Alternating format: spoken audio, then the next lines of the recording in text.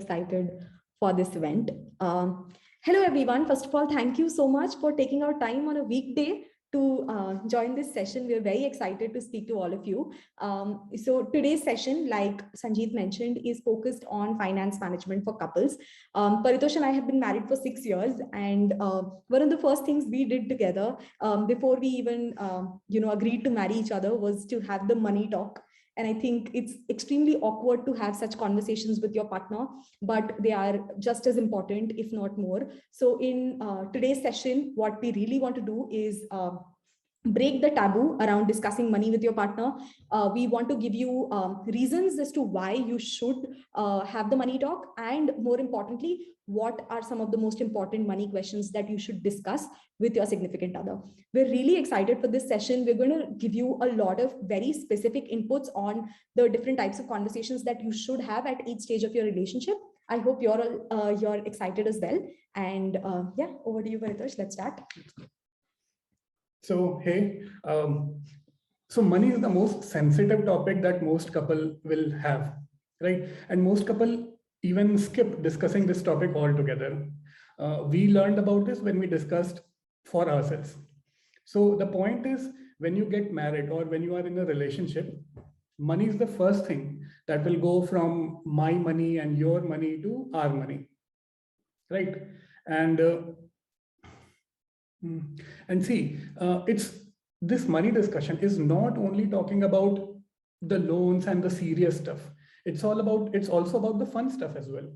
So you can discuss your budgets basically. Let's complete the boring stuff first. You will discuss about your budgets. You will discuss what kind of loans you have or any other issues you are facing with the money. But you can also discuss the good things, like your long-term goals. For example, if you are saving money to buy a home, or where do you want to retire and when do you want to retire and where do you want to travel together. So as a partner, you can discuss on these items. And when you discuss with your partner, you are basically creating shared life goals with your partner, right? So when you have goals, when two people are working together, it basically gives more power to you. So the power of two. And when you have two people working on this, maybe both of them are not equally good with money. Maybe one is good with investments and the other is maybe good with managing it on a day-to-day basis. So when you work as a team, you are creating a cohesive structure that will help you manage money. Right.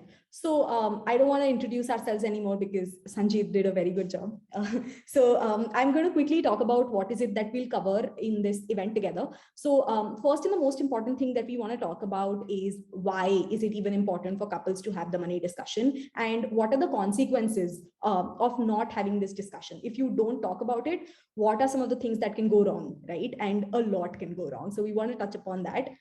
We also want to talk about some important discussions that you should have with your partner when you're in a relationship, when you're just dating, seeing each other. What are some things that you should, definitely have a talk about?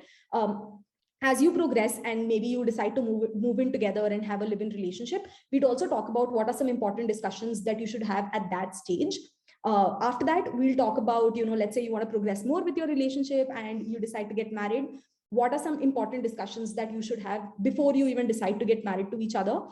These questions, we'll give you the questions and we'll also help you identify some red flags. It's very important for you to notice money red flags early on, and these questions that we'll give you will help you identify those as well. And then a lot of people think that, once you're married, it's done, but that's not the case, right? Even when you're married, you still need to constantly work with each other and understand each other's growing and evolving money philosophies. So we'll also talk about some important discussions that you should have with your partner once you're married as well. So we're trying to sort of cover the whole life cycle of a relationship, and no matter which stage of relationship you are at right now with your partner, we would love to give you some. We would love for you to go back with some takeaways on some important conversations that you should definitely have. Okay, let's start with an example. Why should you discuss money with your partner? Let's say there are two couples, okay? I'm sure you guys are smart enough and you will know from the photo itself, but let's say there are two couples. The first couple, one person is more open-handed, likes to spend money, but is still in the budget. The other person in that group is more hands-on with the money, likes to invest and all those things. And they both discuss their money problems. They both discuss what life goals they have. And so that's how their life is going on. The second couple, and it's actually a real life story.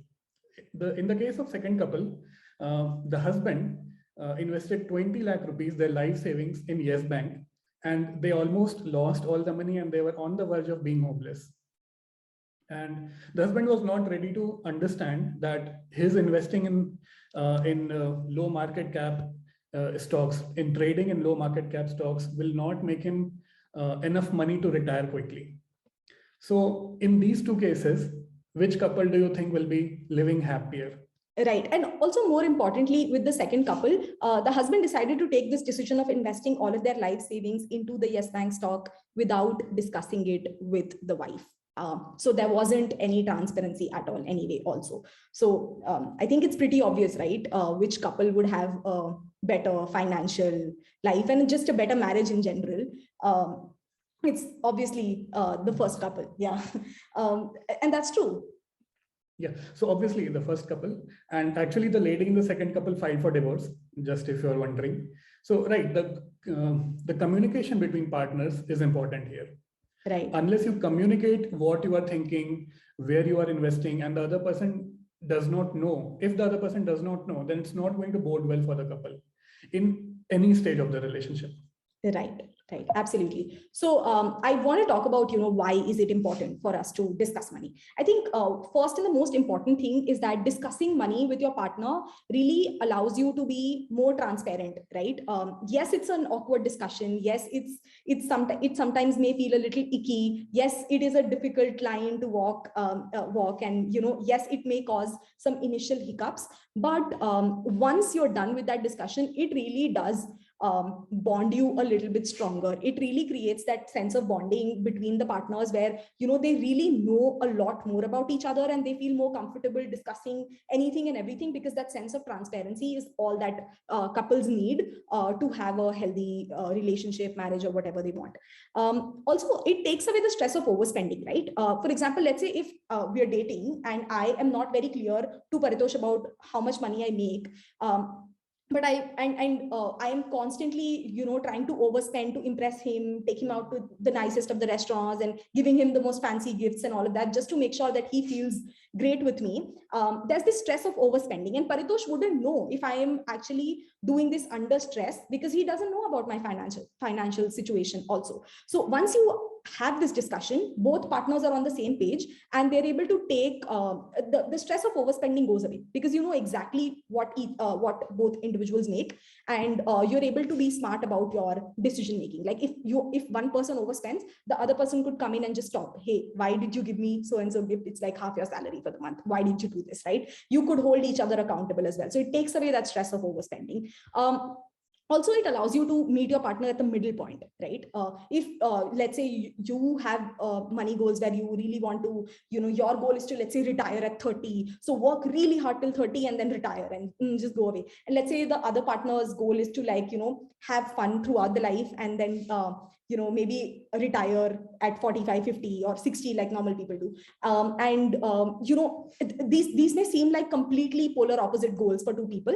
But if you do come and have a discussion around this, chances are that you would still be able to arrive at a middle point, a place where you could meet and you could discuss. Maybe the person who wants to retire at 30 could like push the retirement point to a little bit to a later date, or somebody, the person who wants to retire at 60 could maybe try and bring it a little ahead of their timetable. So it really helps you to arrive at middle points. It really helps you to bring in compromises depending on what the choices of each partner is. And also, most importantly, once you have this discussion, it takes the shame around money, right? Once you tell your partner that this is what I make, this is where I am, this is what my financial situation is, here I have credit card debt, it takes the burden out of you. It completely takes away the shame that's usually associated with money. And that's how healthy relationships should be, right? There shouldn't be any shame in discussing any kind of good or bad decisions that you've taken in your life.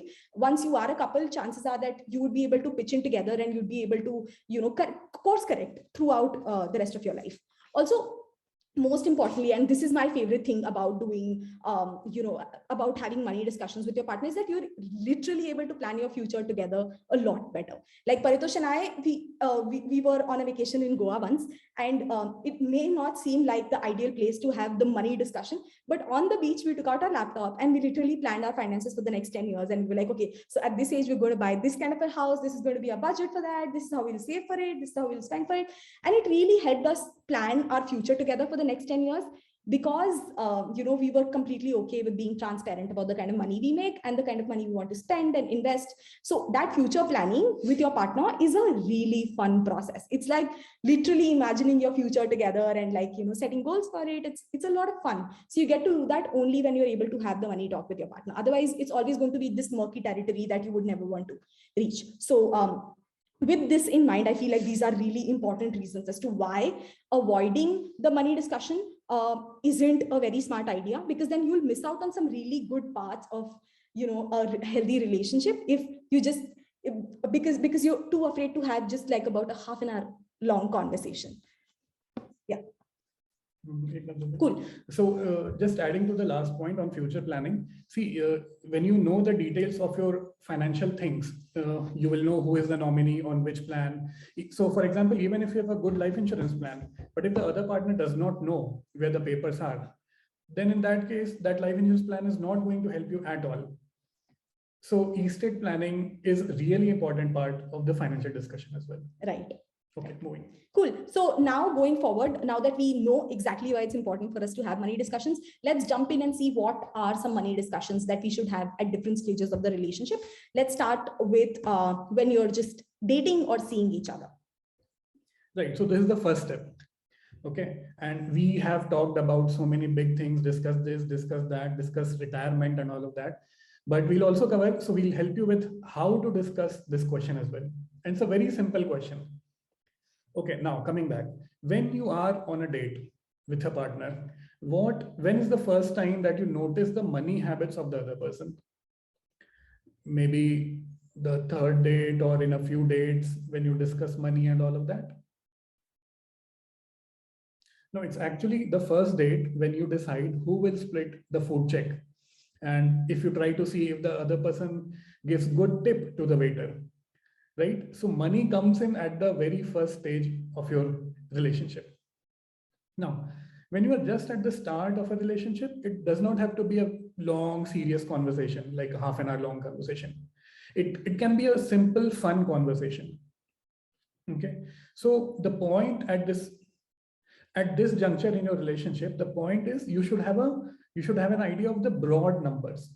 You don't need to go into detail. Your relationship is just few days or few months old. You need to know the broad numbers. So what are these broad numbers? It's best to know what is the income of the other person. You don't need to know in hand. Just a CTC number is good enough. You need to know what are their fixed expenses. For example, how much rent are they paying? Right. If you know these two numbers, you will get a basic idea of what is the disposable income, of what is the leftover that the other person can spend. Right. So if you know this number, you also know what kind of limit you have. Right. And I think it also really helps you having a sense of this disposable number will tell you exactly, how much money is left over for dates, for movie nights, for food, for outings, for travel together and all of that. So this disposable number, once you have clarity on it, you're able to decide. Let's say the one person has a disposable income that's significantly higher than the other. The person would make plans of going to, let's say, Kuala Lumpur or Bali for a vacation, and the other person would have to stress themselves out to match that budget just because the other person, they don't have the funds to do so right now. So once there is a little bit of clarity around broad income, broad basic fixed expenses, you'll be able to figure out disposable income, and then you'll be able to plan your outings and your dates and stuff together a lot better. Right. And when you've been dating the same person for quite some time, you will get into a situation where one person pays the bill and then you say, okay, I'll pay you back later. Right. So this is kind of a tense situation. When will the person pay back? How will the person pay back? Should I give them my the QR code of Google Pay, right? All those things. So for these situations, you should have a system so that none of the parties are actually worried. You know when you will pay back, and the other party is confirmed, okay, you will pay back in some time. So discussing about these expenses and splits is also very important. Right. And what we personally recommend using is an app. I'm sure a lot of you know about it. It's called Splitwise. Just like putting your income there, putting any bills that you have at for any outing you go for, just putting it there and like splitting it equally or in whatever percentage you decide to split. You could just put it there and then, it'll be very clear and transparent to both partners. You could have a look at it and it won't be awkward for the other person to go and like, ask for money or anything. Okay. Now to the fun part. How do you ask this question? Do you are on a date and then the other person comes and you say, hey, how was your day? And what is your CTC? Is that the way? Weird. Yeah. Is that the way to ask this question? Well, we suggest that what if questions, open-ended questions, are a good way to ask these questions. See, for example, right now we are not getting into the details. Okay. Right now, the point is to get the broad things. How are they thinking about money? So the questions could be, for example, what will you do with the money? For example, if you won a lottery of 1 crore rupees, right? Or what do you want to do? You want to work 90 hours every week and make a lot of money quickly, or you are okay with working 40 hours every week and making little less money every week? So these kind of open-ended questions give you a broad understanding of how the other person is thinking about the money. Do they want to save everything and retire quickly, retire tomorrow? Or are they okay with spending, enjoying life and doing things and taking family responsibilities and all of that? So at this stage in dating, you don't need to go into the details. And I'm not saying that date depending on the finances. Okay, that's not the point. It's just that when you are getting into a relationship, it's better to enter that relationship with your eyes open. Right. With complete knowledge on where each person is in the relationship. It could be that one person is at a completely different level and the other person's, let's say the other one person's just started their career, the other person could be maybe 2, 4 or 5 years into their corporate journey or into their work journey, and they may be at different levels, right? Because they have different level of experiences. Doesn't mean that that should be the reason for the person to not date, for them to not date each other. But when they do decide to come together, it's nice to have this discussion and have clarity on where people are. Yep. Right? Awesome. Cool. So let's move on to a live-in relationship. Let's say you are graduating from just casually seeing each other to, and you finally decided to move in together and you want to make things a little bit more official. So how do you deal with some money discussions here? So here, I think at the previous stage, what we wanted to know were broad numbers, right? Broadly, how much money do you make every month? Broadly, how much money do you have, extra money that you have every month to like spend on things like recreational activities? But here it becomes slightly more important for you to know exactly what the take home income is for the person, and not just a broad CTC number, but like what actually do you get in hand, right? And it's also really important for you to understand what are some of the most important like fixed responsibility type expenses that the person has. For example, let's say before you go there, so see, by the time you get into a live-in relationship or a serious relationship, you guys have figured out who will pay on the date, right? Those, I'm assuming those basic discussions, who's going to pay, how's the split going to look like, those I'm assuming you already have that figured out. And now you need to find out how you will pay for literally everything else. Yeah. So utilities come into the picture, which is not fun. Like the name itself is not fun, so it's not fun to discuss about all of that. But in a live-in relationship, I think it becomes really important to have these discussions as well. So I think having a fair idea about what your partner's take-home income is would be great, and also having a fair idea of what their fixed expenses are, meaning like some EMIs that they have to pay. Let's say they've taken education loan or something like that. If there's any particular amount of money that they send home every month to take care of their parents, that's good to have an idea about as well. The reason why these two numbers become really important, which is the income and the fixed, like karna hi hai type expenses, because that's how you'll decide, right? What kind of apartment should you even look together? What kind of rentals can you afford together as a couple? Because let's say you just decide to like take a really nice looking apartment because that's all you wanted, and if that rental becomes too heavy for one person for one person, let's say it's fine, but for the other person, if it gets too heavy, it could become a reason for the relationship to go sour very quickly. So we wouldn't want that to happen. So ideally, you should have a good clarity on this number. After that, I would also recommend you to have a quick discussion around how are the utilities going to be split, right? Like groceries, domestic help, if you want one, any other thing, like, and even like a shared Netflix account, who's going to pay for all of that? Is it going to be split equally? Is it going to be split in the ratio of like the income that each partner is earning? It depends completely on that, but there's no right or wrong answer here. Doesn't mean we're not asking you to split equally. That's not the only way to do it. Maybe one person wants to take the whole responsibility, it's fine, as long as both partners are willingly doing that. If they want to split it equally, that's great as well. If they want to split it in the ratio of who has a higher income, that's fine. Maybe they want to split it in the ratio of who has more expenses, that's cool as well. Figure that out by yourself, but have a clear idea of how you're going to split this, because these utility bills, they may seem small to begin with, but they add up every single month. So we wouldn't want that to become a reason for the relationship turning sour. Also, I do want to highlight, one most important thing, which is once you do decide to move in together, there are some big expenses that you will do, that you will have to undertake yourself. For example, let's say you decide to buy a fridge for the house, or you decide to buy a TV for the house, or you decide to buy something like that. These are big expenses, right? Do you want to buy them together as a couple? Or is one person going to buy it with their own money? And if you are buying this together, what's going to happen if in case there's a breakup? What's going to happen to that TV, right? I know it's a horrible discussion to have when you're just like moving in together. It's all nice and fun, and you don't want to bring in the topic of a breakup and when like things look really nice and rosy. But if you do decide to do any big household purchases together, it's a good idea to quickly have that discussion on what will happen if you don't live together. It's a one-line discussion, but it'll just give you peace for the rest of the time that you're living together. It's that one discussion, and there shouldn't be any shame around having this discussion, because buying a TV, 80,000, 90,000, 1 lakh rupees is not a small amount. So there shouldn't be any shame involved around this. Right. So when you think about this discussion, it feels like a big serious discussion, right?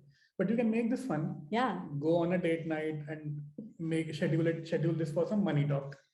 Yeah, I mean, it could happen over a wine night at home. You could play some Netflix, pour some wine for yourself, and discuss it out. You could, like Paritosh and I, we did it on a beach in Goa. That was nice as well. And seriously, there is no fixed formula for this, because if there was a formula, there would not be so many divorce lawyers. Right. Exactly. Awesome. Paritosh, okay. I think you'd want to take this. So we are at the second? Before marriage. Before marriage. This is the big league. Okay, now this is the last point when you can get to know about your partner before getting married, right? So now this is not only about the overall picture. This is the time to go into the details. You are making a serious discussion.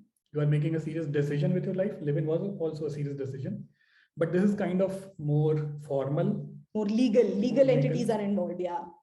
So you need to have all the details. What do you do in these situations? You need to understand. See, I'm assuming that you already have the numbers with you. Okay. Now it is more important to understand the overall attitude towards your partner, towards the money, what your partner has. So what do you do in these situations? You need to discuss out things. And it's not easy to ask somebody these questions instantly. So what do? You need to share your own experiences. You need to share your own priorities, and that will open up the other person to share their own priorities as well. So what do? You ask questions once again, and you tell, for example, what kind of student that you have. Are you trying to save for some houses? Are you trying to buy a house? When do you want to retire? All of the same questions, but you discuss this in detail. So when you share your goals, your dreams, the partner will also share their dream. Now, what more can you discuss? One is the debt. You have discussed the student loan. You have discussed home loans.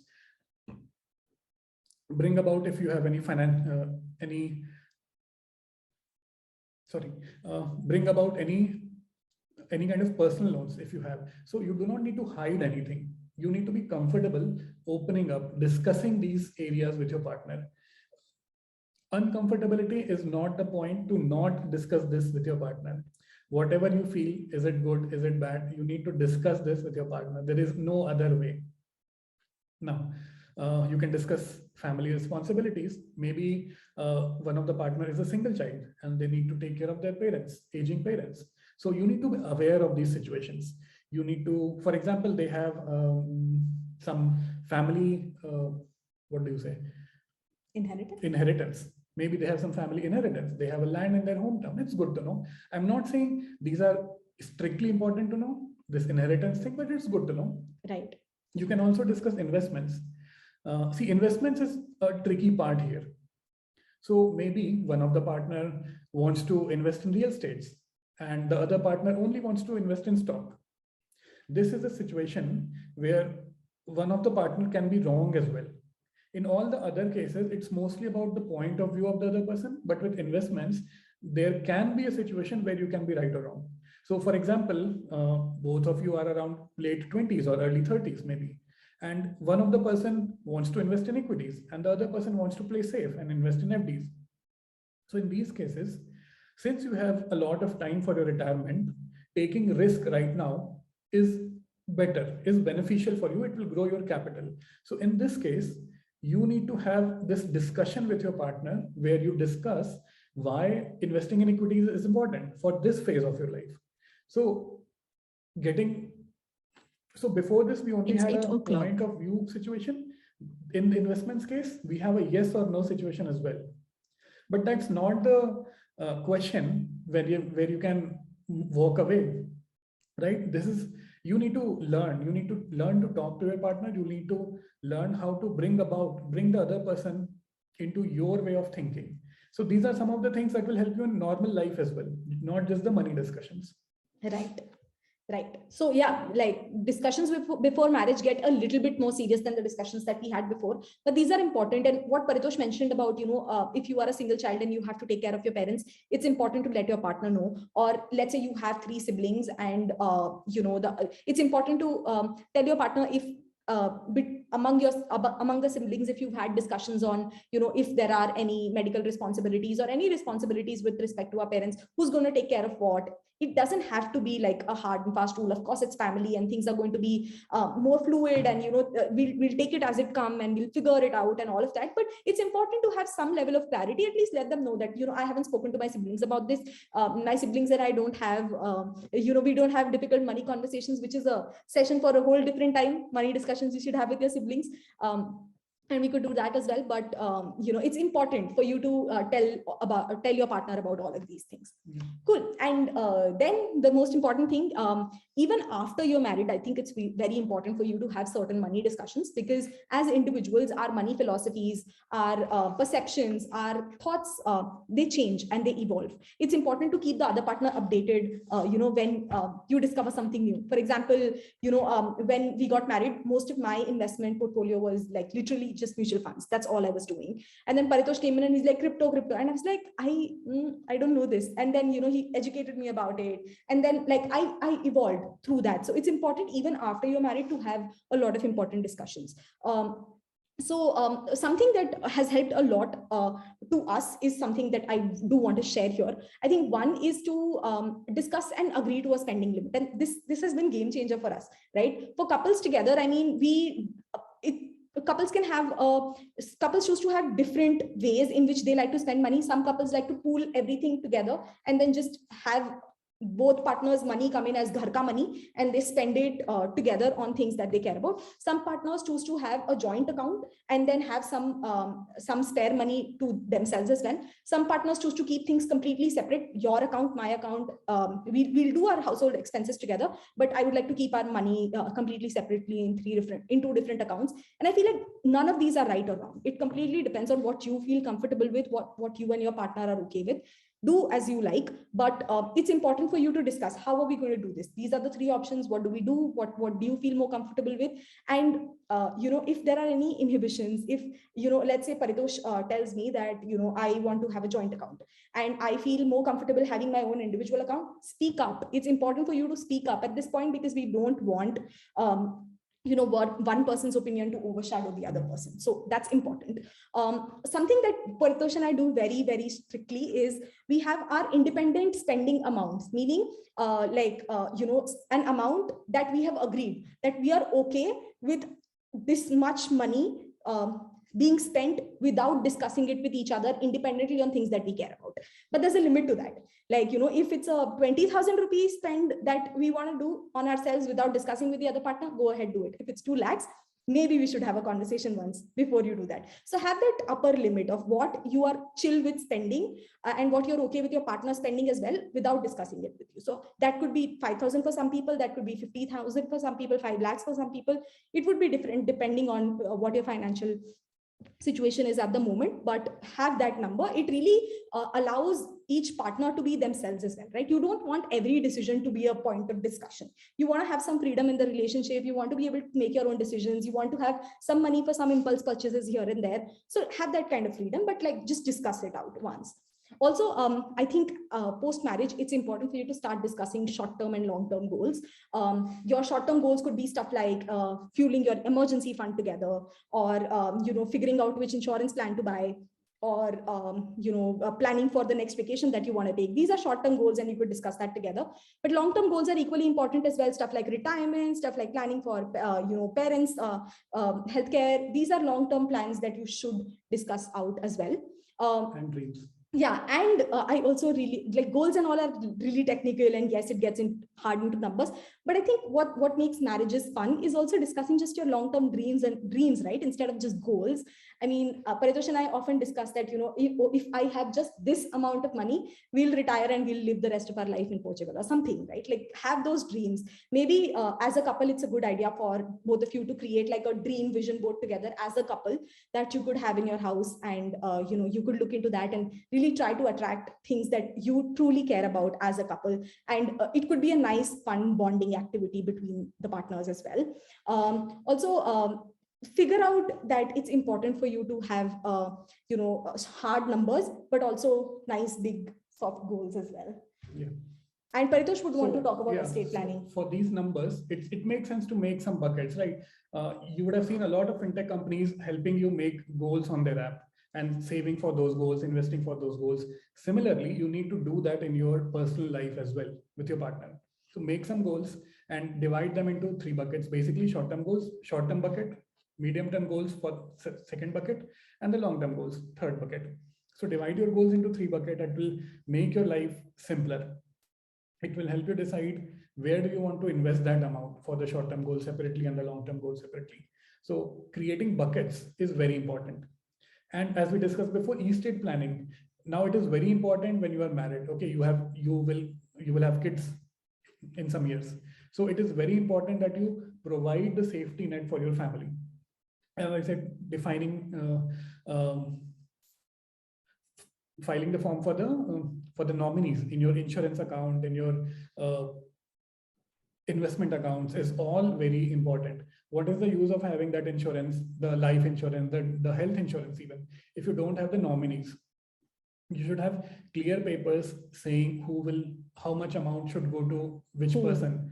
Maybe you can keep X% for your parents, for your mom or your dad, and X% for your spouse, for your kids, and all of that.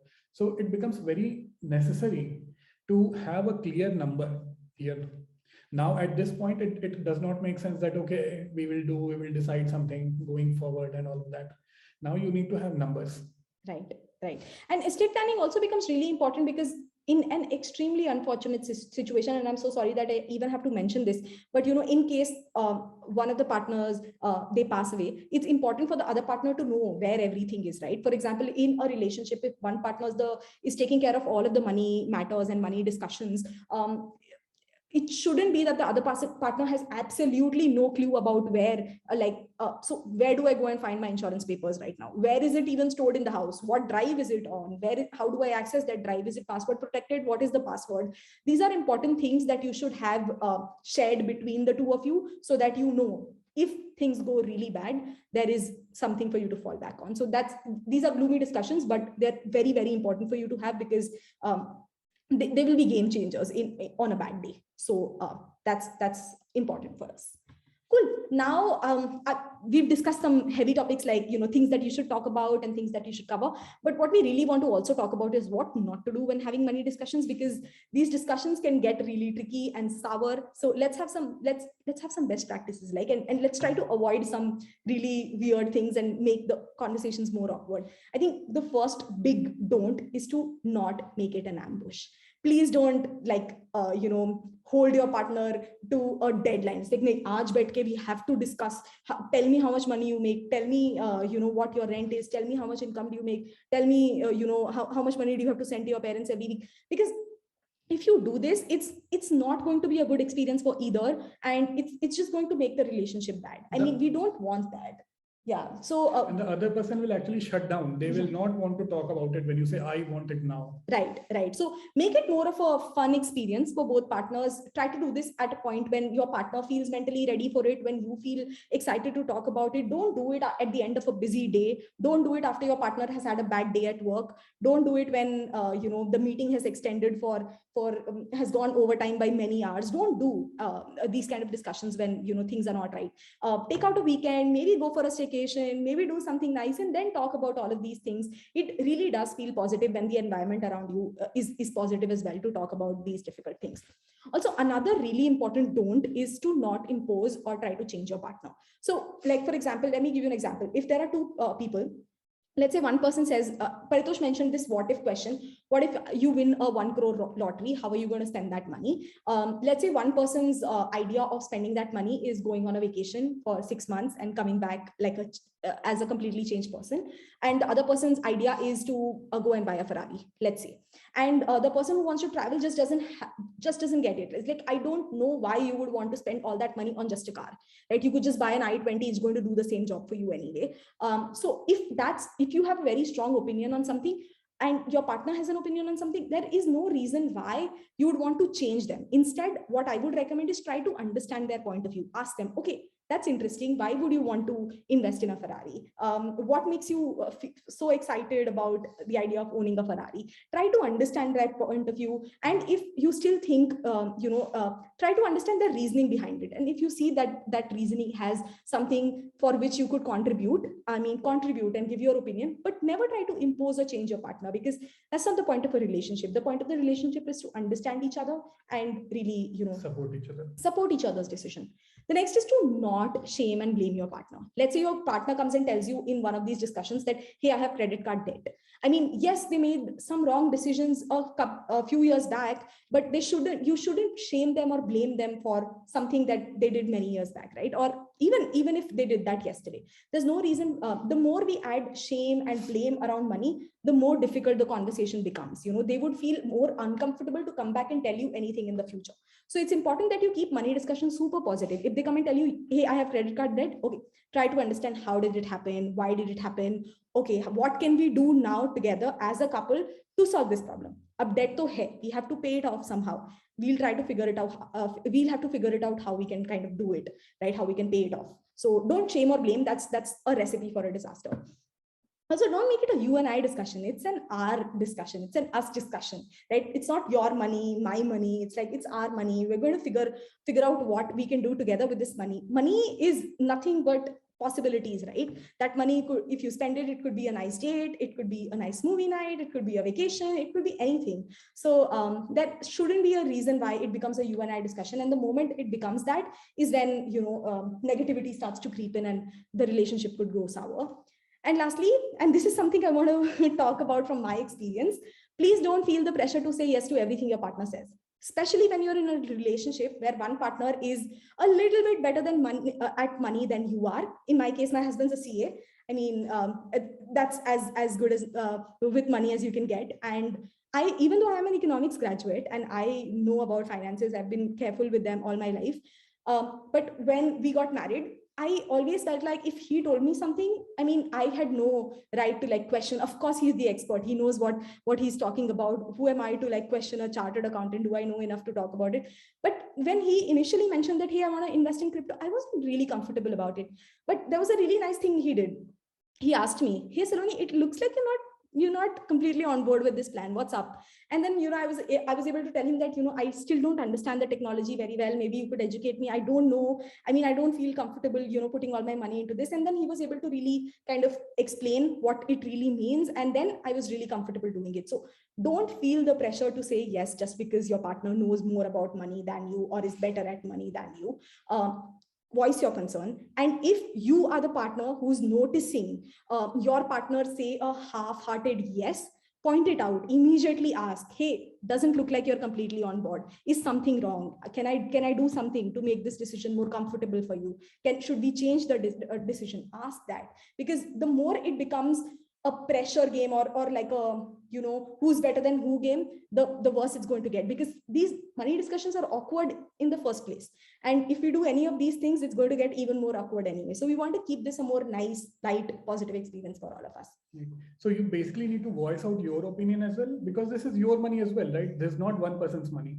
So it cannot be a... Yeah, it shouldn't be a good way to move ahead with the money decisions. Exactly. Yeah. So final thoughts, Paritosh? Hey, so finally, just a sum up of all that we have said, plan ahead. Once you are in a relationship, you need to know how that relationship is going.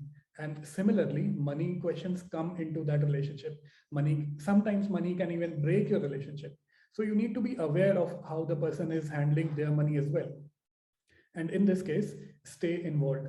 So even if one person is good with the money and you think, okay, they will handle it, that does not bode well for the relationship. You need to be aware. You need to be in the decision-making process of what is happening with your money. Right. With our money. Also, if you are the person in the relationship who's good with money, please still involve your partner, right? Please still let them know that, hey, listen, I know you find it boring. I know you don't want to hear about what stocks am I investing my money in, but could you please sit down and try to understand why I put my money in HDFC Bank, or why I'm not putting my money in Yes Bank anymore. It's important for you to, if you are better at money and you are the one taking care of money in general, make it a more inclusive, fun experience for your partner to also learn about it. It's only going to make your relationship a little bit stronger. And as you work as a team, both the partners should know where the money is. When the partner is actually involved, they will know what accounts you have. You have an account with HDFC Bank, you have an account with ICICI, you have an Upstocks or a Zerodha account. In case they are not involved, there is a chance that they won't know at all that you have one more account somewhere. There is some more money that you people have. So make a team and support and discuss what you are going to do. Right. And of course, just support and collaborate. This doesn't have to be an ambush situation. This doesn't have to be a horrible, awkward discussion to have. Make it fun. Like, do it on vacations, do it on wine nights, do it in front of TV, do it, like have these discussions in the nicest of locations, and just try to keep it supportive and collaborative. And you'll actually have a lot of fun talking about it. Paritosh and I, we were very happy discussing everything else. But the moment we had our first money discussion, I remember this was like just a couple of weeks after we got engaged. We oddly felt like we came a little bit closer, right? Because we actually got to know more about each partner's choices and their opinions and their long-term visions and all of that. So it really is a bonding experience that you should definitely consider having as a couple together. And yeah.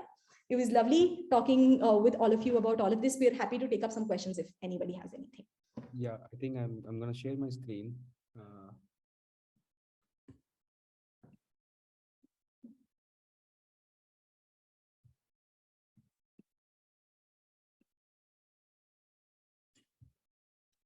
Can you see my screen? Yes. Awesome. So, Saloni, as I told, we use Slido for all the Q&A bit. So you can scan the QR and add your questions, or maybe you can go on slido.com and put the number there and add your question. So how we do it, Saloni, is people can upvote questions. So we're gonna take the first one. So I think you can start. You can start picking from the screen only, because you can see. I don't. Awesome. Yeah, we'll take the most popular question. Yeah. How do we plan for expensive holidays around the world, provided it is a good priority for the both of us to explore? Make a bucket. Yeah. What Paritosh and I do is we have a travel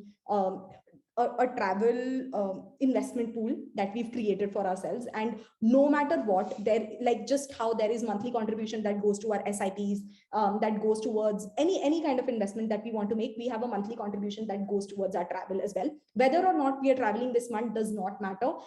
If we've set a certain amount, that amount is going to go into our travel fund, and within a couple of months we're able to see a significant amount pulled in. Both of us contribute to that fund equally, and that's a choice that we've made. You could decide to contribute. One person could contribute, both of you could contribute in whatever ratio. But it's a good idea to have that travel fund. It could be invested in some short-term liquid instruments. Usually that's a good idea. You could look at any liquid funds, and that way you'll have some returns coming on it as well. But it'll be broadly like safer than investing in stocks and stuff. So yeah, that's I just want to point out, for any expense, to meet any expense, there are only two ways. One, you save for it.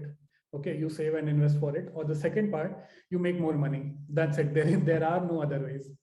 Right. And making more money is actually easier than most people think. I mean, side hustles are the way to go. So Paritosh and I, like every time we want to take a trip together, we think of, can we do something for a quick cash injection? And then, we try to launch something, we try to create something, and we're able to, we work really hard towards that launch for a month, and then we're rewarded with a vacation as well. So either you have a travel fund where you contribute regularly, or you could have a side hustle that, that could provide you with a quick cash injection that you could use to take holidays as well. Next one is, what if my partner gets uncomfortable with money discussion? How to initiate discussion if the CTC difference is huge, by the way? That's a really good question. I think first part we have already handled. Make it an open-ended question, right? You do not need to get into, don't make it a tough discussion. Make it a fun discussion. Yeah. And the second part, see, today or tomorrow, the other person will get to know your CTC, however big the difference may be. So it's better when you discuss this on your own. Right. You want to add? Yeah, I mean, if there's a big discussion, big difference in the CTC, I mean, it could be what would typically happen is that the person who has a lower CTC would have a little bit of negativity associated with that, and maybe they wouldn't want to discuss that because they feel uncomfortable that there's one person who's going to be more involved in taking more involved in contributing financially towards the family or whatever. So that's where the shame typically comes from, or that's where the negativity comes from. But that it shouldn't be like that, right? I mean, there's no reason why there should be any shame involved around that. Of course, their career is going to grow from there. The CTC, it's just going to grow anyway over a period of time. So the important thing, in my opinion, is to the person who has the higher CTC, I think they should take the responsibility to make the other person feel more positive about it. Try to let them know that I'm so proud of everything that you do. I'm so proud of the kind of job that you have. I'm so happy with where your career is heading. And if they're not happy, if the person with a lower CTC isn't happy with their career, maybe try to help them figure out, what else can they do. Maybe give them, send them for career counseling sessions. Maybe, guide them or connect them with some colleagues that you may have in your company. Maybe sign them up for anybody who could kind of help them make that transition. So if they see you take initiative, that you are really trying to get involved in their career, trying to help them, get to a dream CTC that they have at the moment, they'll feel more comfortable having these kind of discussions around you. So that's how I would sort of approach it. Yeah. So as long as you don't slap them in the face with, say, I have I earn more than you. Yeah. Then I think the other person will also be mature enough to understand that these differences will be there. Do they really matter? I mean, in a healthy relationship, they really don't. But also the person who has the higher CTC in this case should take slightly more responsibility to make the other person feel a little bit more comfortable. Just try to do things that will make them happy. Awesome. The next is transparency of holdings assets among partner a good practice during the initial phase of an arranged marriage? See, once again, I mean, transparency is important. You are in a relationship. It's a marriage. And it's a marriage.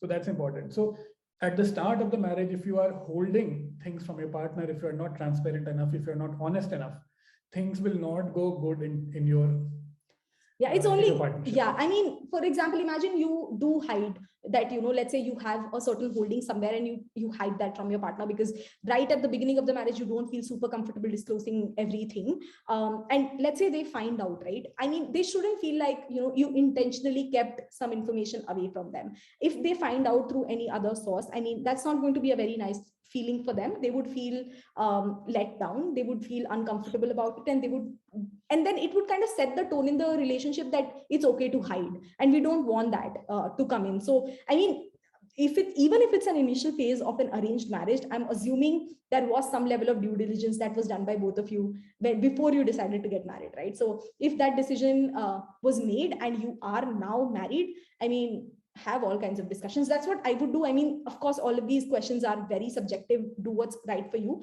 but do understand that transparency is important. And if you do try to hide anything, it may come back to, hurt you in the future.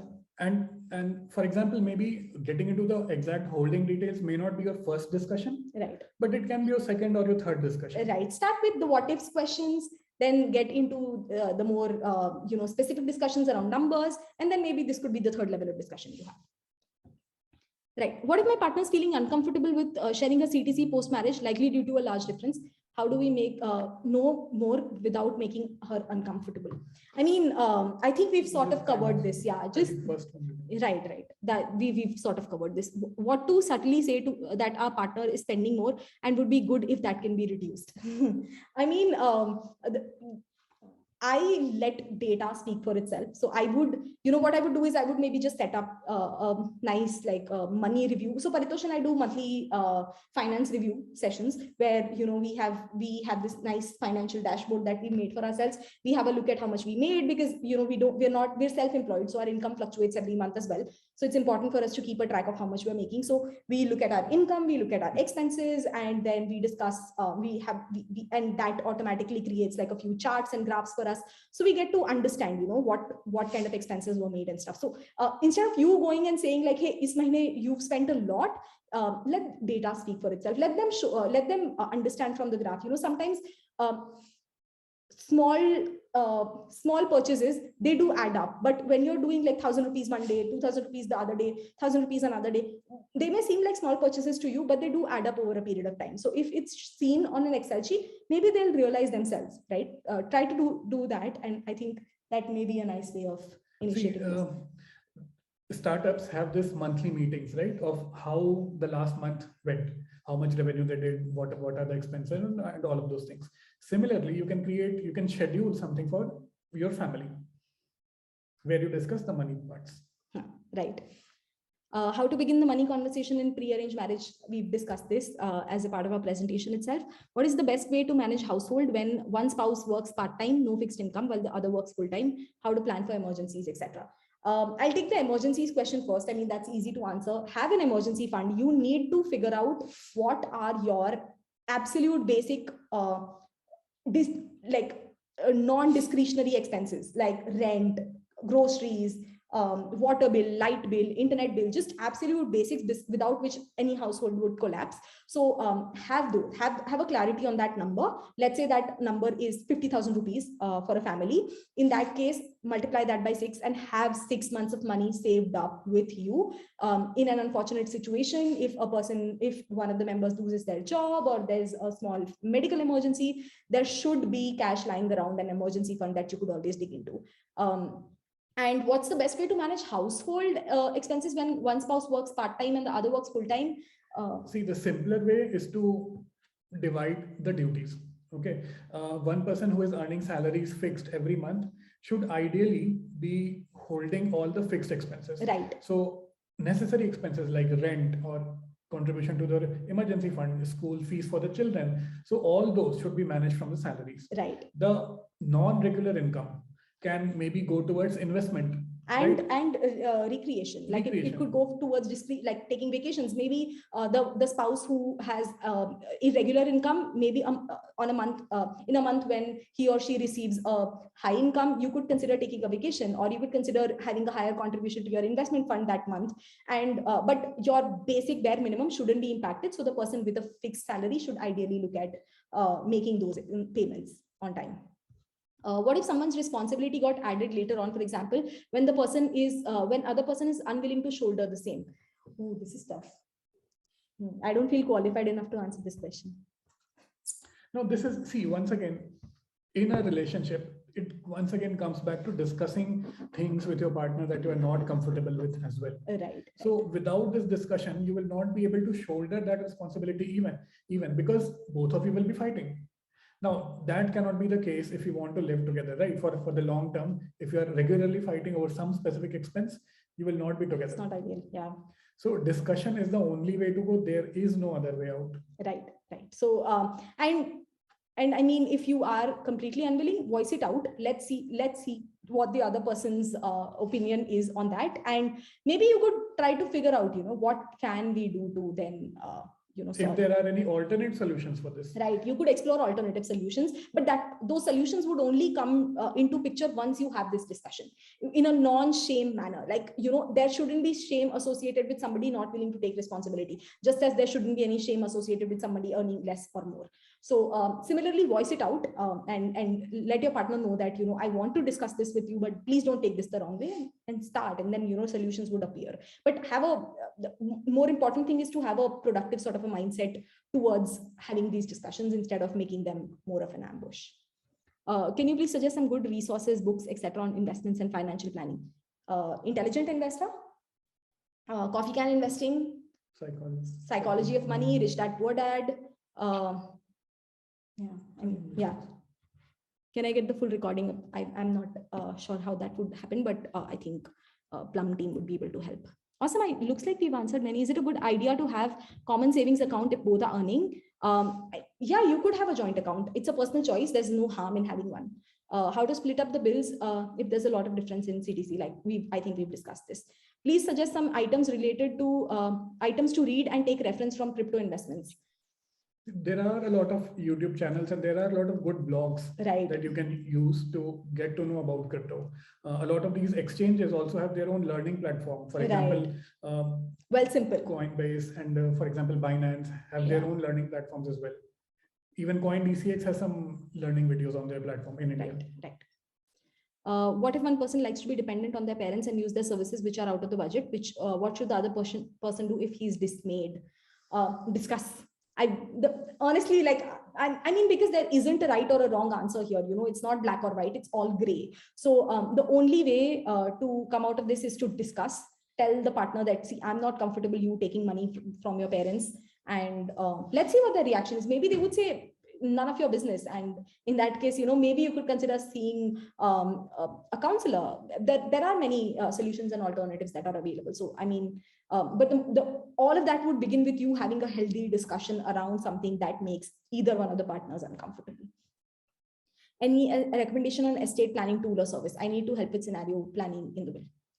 I think rather than tool, go for the professionals who deal in this area, because that will be better. Right. And I haven't come across a tool that's super robust. Yeah. Exactly. Because it's so personalized and it's so individual to a person that going to a professional is actually a much better idea in this case. I'm a guy who wants to track every transaction, and if she doesn't want to track, but anyway, she will ask me at the end of the month what happened to all the money. So make that sheet, the budgeting sheet that I'm telling you about, do that. And on Paritosh's channel, like, we have a video coming out very soon where he's going to share like a full budgeting Excel sheet template that anybody could use and follow. Maybe you could get that sheet from there, make that sheet for your partner, show them where the money went, and maybe they would realize themselves.